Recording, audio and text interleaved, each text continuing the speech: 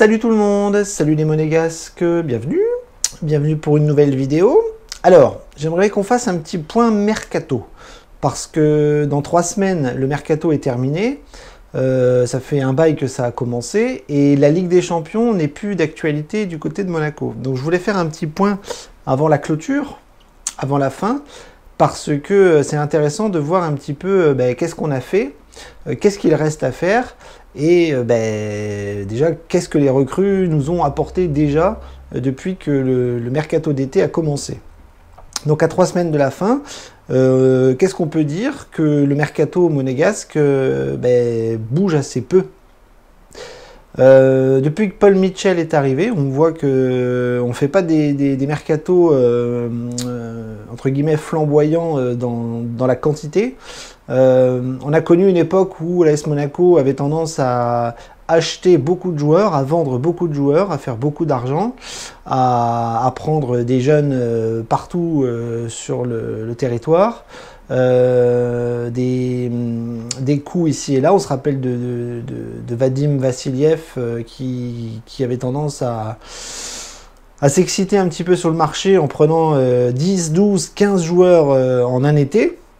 Et depuis que Paul Mitchell est arrivé, c'est un peu l'inverse. C'est-à-dire qu'on a un petit peu plus de stabilité dans les effectifs et que souvent les mercatos d'été sont synonymes de petites retouches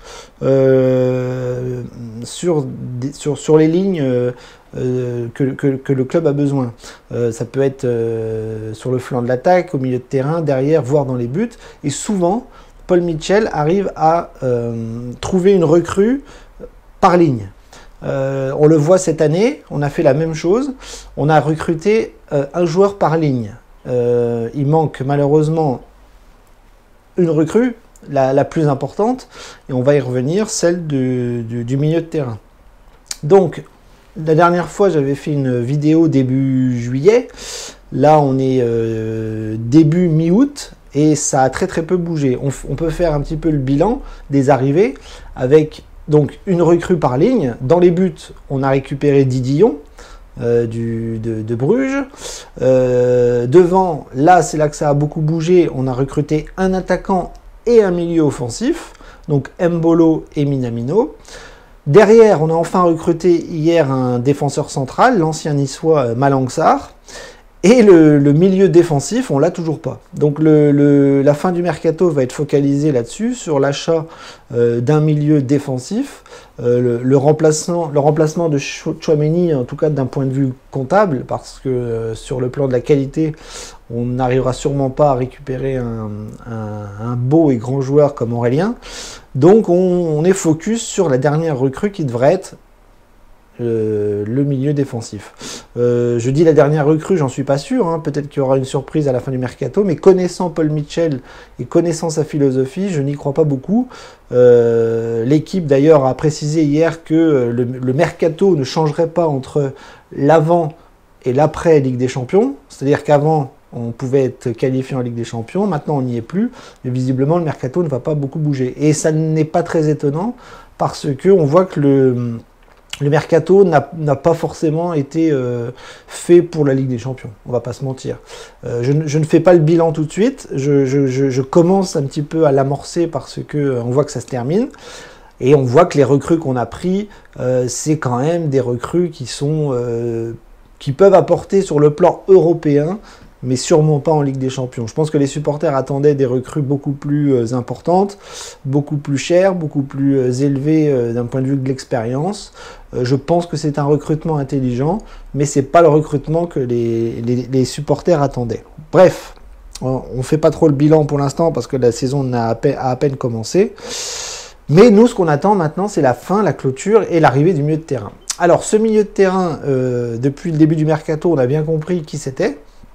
C'est l'ancien Lillois, Boubakary Soumaré, qui est actuellement à Leicester en Angleterre, mais on n'arrive pas à le signer. De grands débats sont apparus depuis l'élimination en Ligue des Champions avec les supporters ou les journalistes ou les grands médias qui expliquent que l'AS Monaco n'a pas bien travaillé parce qu'ils n'ont pas anticipé le remplacement d'Aurélien Tchouaméni.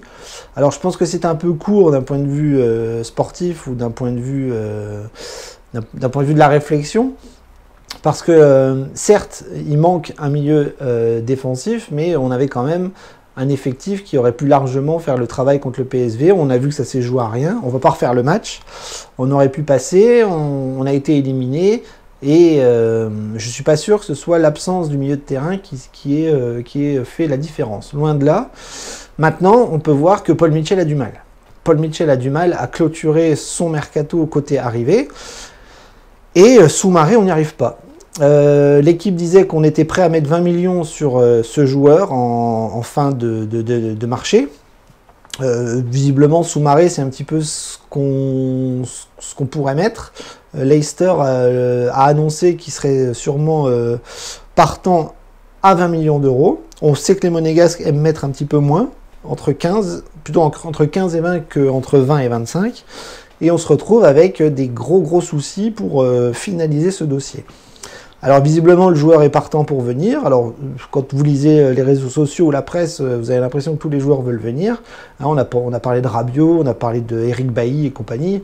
On voit bien que c'est quand même des rumeurs pas très sérieuses parce que on voit que ces joueurs-là se dirigent vers d'autres objectifs, d'autres ambitions européennes, notamment la Ligue des Champions. On parle d'Eric Bailly à Marseille et on parle de Rabiot à Manchester United. Donc ça, c'est des recrues, des pistes qui me paraissent un peu farfelues, mais Soumaré est une vraie piste et je pense qu'on est dessus depuis très longtemps. On continue d'être dessus. Je pense que ça reste la priorité du club, mais on n'y arrive pas. On a parlé de problèmes d'agents, de problèmes de commission, etc. C'est fort possible.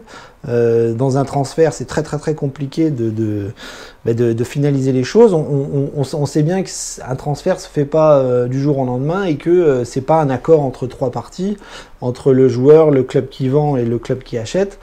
Il y a quand même beaucoup de personnes qui gravitent autour d'un transfert et c'est très compliqué, que ce soit avec les agents, les intermédiaires, la famille, etc. On sait bien que c'est compliqué. Donc Soumaré, c'est compliqué, ce qui est assez fou quand même parce que c'est pas un joueur qui reste une référence internationale absolue. Ça reste pour moi un joueur correct pour la Ligue 1. Qui est un peu comme Malang Sarr ou comme Minamino ont eu une expérience en Angleterre. Ils ont aussi eu une expérience en France. Malang Sarr et Soumaré sont des gens qui connaissent la Ligue 1. Donc c'est des profils intéressants, intelligents, qui sont parfaitement capables de s'intégrer dans le groupe de l'AS Monaco. Mais on n'y arrive pas. Donc je ne sais pas si on va le faire. Je pense que oui, ça va être long. On va peut-être aller jusqu'au bout. Paul Mitchell avait annoncé en faisant quelques clins d'œil que le 1er septembre, le mercato serait bouclé. Donc il savait très bien qu'il ne serait jamais bouclé avant les phases de Ligue des Champions, les matchs de Ligue des Champions, et que, quoi qu'il arrivait, de toute façon, le mercato avancerait, mais qu'il ne serait pas terminé. Donc voilà, donc on attend Soumaré. Si c'est pas Soumaré, ça sera un autre, je ne sais pas qui. Beaucoup de pistes ont disparu. Hein. Onana a disparu, Danilo, on n'en parle plus. Il y avait eu Anguissa, il y avait eu des joueurs comme ça. Mais on voit que la piste prioritaire reste Soumaré et on travaille dessus et ça va être long et ça va être compliqué. Donc voilà, donc notre mercato va sûrement s'arrêter là. Une recrue par ligne. Hein, on a bien compris. Un gardien, un défenseur, un milieu défensif, un milieu offensif, un attaquant, ça c'est bouclé. Mbolo, Minamino, Soumaré, Malang Sarr et Didion devraient être la seule poignée de recrues cet été. Et puis maintenant, il y a les départs. Alors là, il va bien falloir qu'on parle des départs, parce que maintenant que la Ligue des Champions est finie, maintenant qu'on n'a plus un calendrier de fou au mois d'août, avec la Coupe d'Europe s'immisçant entre des matchs compliqués de Ligue 1, eh bien, il va falloir penser au départ. Et les départs, globalement, on les connaît. On sait qui c'est qui devrait partir. Maintenant, ce qui commence à nous faire peur, c'est est-ce qu'on va faire partir des cadres? Il n'y a plus de Ligue des Champions. Est-ce que Badiachil va rester? Est-ce que Ben Yedder va rester? Est-ce que d'autres joueurs importants vont rester? Je sais pas, moi, Golovin, des joueurs assez importants dans l'effectif. Est-ce qu'ils vont rester? On ne sait pas. Personnellement, j'ai le pressentiment que tout le monde va rester. Philippe Clément a dit que Badiachil devait rester un an de plus à Monaco et c'est pas l'arrivée de Malang Sarr qui va me faire peur. Moi, je pense que dans l'organisation, il fallait un axe gauche, il fallait un suppléant à Badiachil. Malang Sarr est très intéressant dans la rotation et le turnover à venir parce qu'on va avoir plein de matchs. On va avoir des calendriers de fou avec la Coupe du Monde, avec l'enchaînement de la Coupe nationale, de l'Europa League le jeudi, et du championnat, donc c'est très très bien qu'on ait un défenseur en plus. Maintenant, pour moi, les départs, c'est des petits joueurs qu'on ne voit pas et sur lesquels on ne compte pas forcément. Alors, il y a ceux qui sont placardisés, on a perdu Pelé, ça c'est très bien, il est parti au Portugal et je suis content qu'il ait trouvé une porte de sortie parce qu'il y avait beaucoup de moqueries sur les réseaux. Maintenant, il y a des joueurs comme Barreca, par exemple, qui n'ont plus rien à faire dans le groupe. Des joueurs comme Marcelin, qui devrait peut-être retourner à Auxerre, Matsima, qui était intéressé par des clubs français, allemands ou italiens, je crois. On parlait de Strasbourg, notamment. Voilà, tous ces joueurs sur lesquels on compte pas beaucoup. Moussaba, qu'est-ce qu'on en fait? Goebbels, qu'est-ce qu'on en fait? Voilà, donc c'est plein de joueurs comme ça qui risquent de partir. Donc Barreca, Matsima, Marcelin, Moussaba, Goebbels, ça fait quand même 5 joueurs. On a un effectif de 33 joueurs actuellement. Et Philippe Clément a dit qu'il aimerait bien un effectif entre 24 et 28 hors gardien. Donc si on compte 24 joueurs hors gardien, ça fait 3 gardiens en plus de 24, ça fait 27. Donc peut-être que Philippe Clément aimerait un effectif de 28 joueurs. 28-29, grand max. Donc il va falloir faire partir ces joueurs-là. Je ne sais pas s'ils ont des pistes, parce que c'est compliqué aussi de faire partir des joueurs qui n'intéressent aucun club. Donc on voit bien que c'est compliqué. Maintenant qu'il n'y a plus la Ligue des Champions, il n'y a plus la Coupe d'Europe, je pense que ça va aller très très vite dans le dégraissage final. Et puis après, notre groupe, je pense qu'on le connaît. Hein. Ça y est. Si on connaît les 5 arrivés que je vous ai cités en début de vidéo, maintenant qu'on connaît ceux qui vont partir aussi, je pense que ça y est, le groupe, on a une bonne visibilité dessus. Et je pense quand même que ça peut faire l'affaire en Ligue 1. Il faut digérer l'élimination en Ligue des Champions, c'est encore pas facile, c'est très compliqué. On a l'impression en tant que supporter que la saison est finie, parce que nous, on a des ambitions. Le club a des ambitions également, mais on ne sait pas lesquelles, parce que les dirigeants ne se prononcent pas.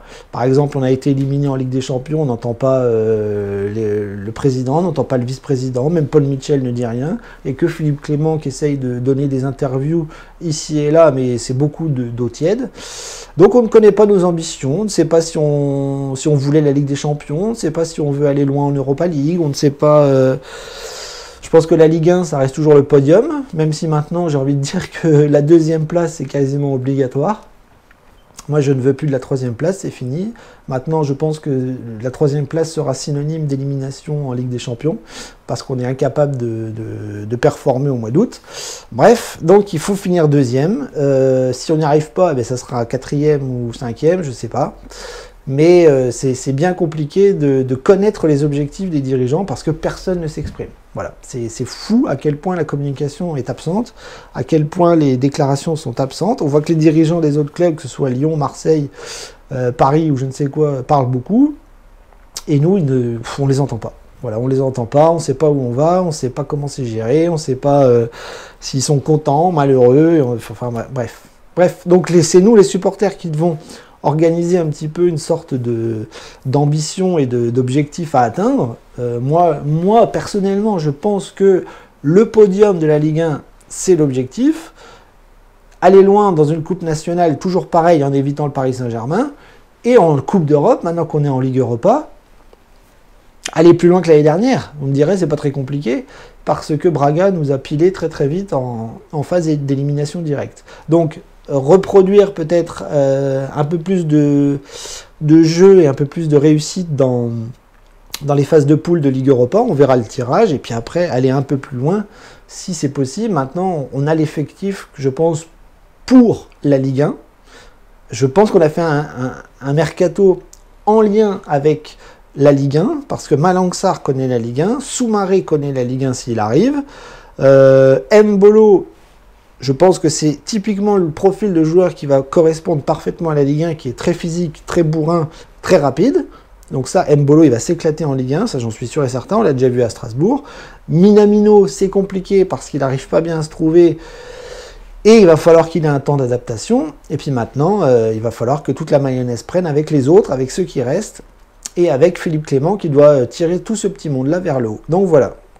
Donc mon point mercato ressemble un petit peu à un bilan au 11 août, il reste 3 semaines, je ne pense pas qu'il y aura de surprise.